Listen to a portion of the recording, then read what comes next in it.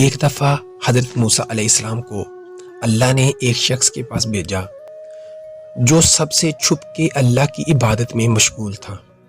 آپ علیہ السلام نے دیکھا وہ بندہ اللہ سے اپنے گناہ کی معافی مانگ رہا ہے، استغفار کر رہا ہے۔ اس شخص کی حالت بہت خراب تھی اور جسم ایک جگہ بیٹھے رہنے کی وجہ سے گلنے لگا تھا۔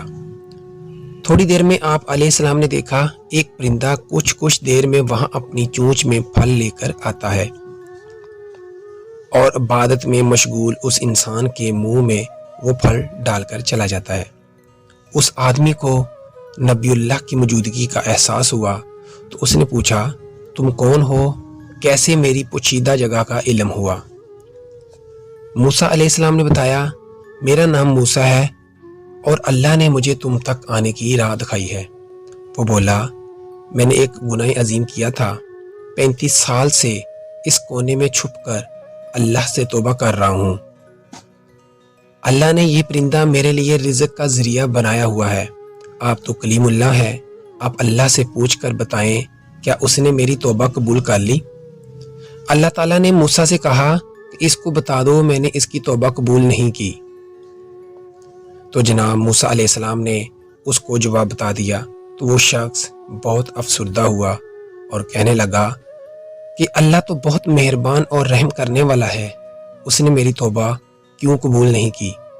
اللہ نے پھر موسیٰ علیہ السلام سے کہا کہ میں نے اس شخص کی غذا کے لیے اس پرندے کی ڈیوٹی لگائی جو اس کو تھوڑی دیر میں پھل لا کر دیتا، لیکن 35 سال میں ایک دفعہ بھی اس شخص نے کبھی اس پرندے سے نہیں پوچھا یہ خود تو بھوکا نہیں؟ یہ بندہ صرف اپنی بھوک اور عبادت کا ہی سوچتا رہا، اس وجہ سے میں نے اس کی توبہ قبول نہیں کی، اب جہنم میں اس کا ٹھکانہ ہے۔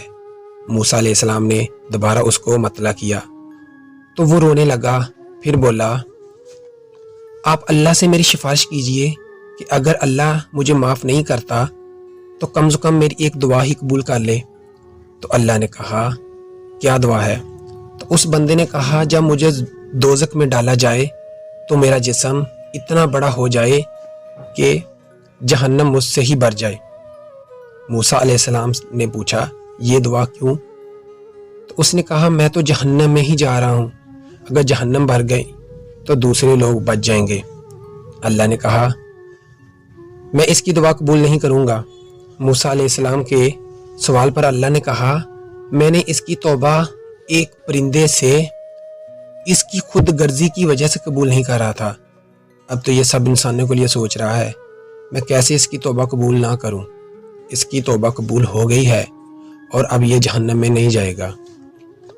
اللہ کی مخلوق کے ساتھ برائی نہ کریں، ورنہ نہ نماز، نہ روزہ، نہ حج، نہ زکوٰۃ اور نہ ہی مسلمان ہونا آپ کے کام آئے گا۔